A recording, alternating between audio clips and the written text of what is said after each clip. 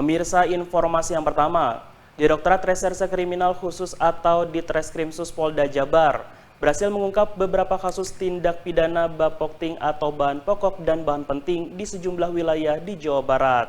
Selain mengamankan barang bukti, polisi pun berhasil menciduk 15 tersangka dalam kasus tersebut. Dalam kurun waktu 100 hari, petugas Direktorat Reserse Kriminal Khusus atau Ditreskrimsus Polda Jabar berhasil mengungkap 12 kasus tindak pidana bapokting atau bahan pokok dan bahan penting di sejumlah wilayah di Jawa Barat. Kasus bapokting yang berhasil diungkap Polda Jabar ini diantaranya mengganti kemasan tepung terigu, penjualan pupuk subsidi, oplos beras bulog, penyalahgunaan gas bersubsidi, dan penjualan solar ke industri. Dalam kasus ini, Polda Jabar berhasil mengamankan sejumlah barang bukti berupa tepung terigu sebanyak 24,5 ton, pupuk bersubsidi 33 ton, solar 3.300 liter, Pertalite 60 liter, LPG 193 tabung, dan beras 870 kg. Selain barang bukti, petugas pun berhasil mengamankan 15 orang tersangka yang terlibat dalam kasus bapokting tersebut. 3 kg bersubsidi ke tabung 12 kilobar dan dijual dengan harga non-subsidi.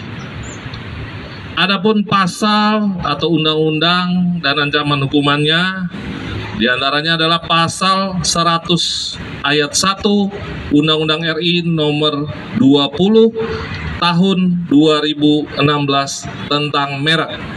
Ini diancam dengan hukuman pidana penjara maksimal 5 tahun dan denda 2 miliar rupiah.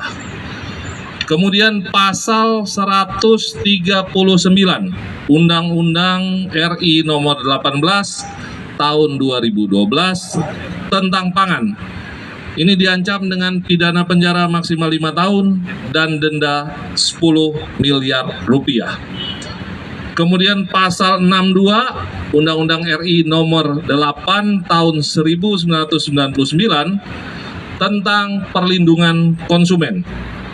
Ancamannya hukuman penjara 5 tahun dan denda 2 miliar rupiah.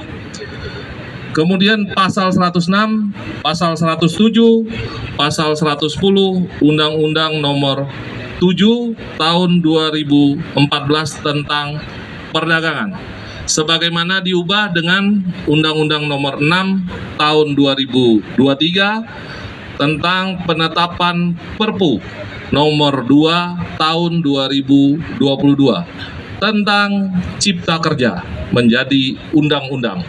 Ini ancaman hukumannya 5 tahun penjara, denda 10 hingga 50 miliar rupiah. Kemudian pasal 6 ayat 1 huruf B junto pasal 1 ketiga Undang-Undang Darurat nomor 7 tahun 1955 tentang pengusutan, penuntut, dan peradilan tindak pidana ekonomi. Pidana kurungan 6 bulan, denda Rp50.000. Akibat perbuatannya, kini para tersangka terpaksa ditahan di sel tahanan Mapolda Jabar dan terancam hukuman 5 tahun penjara.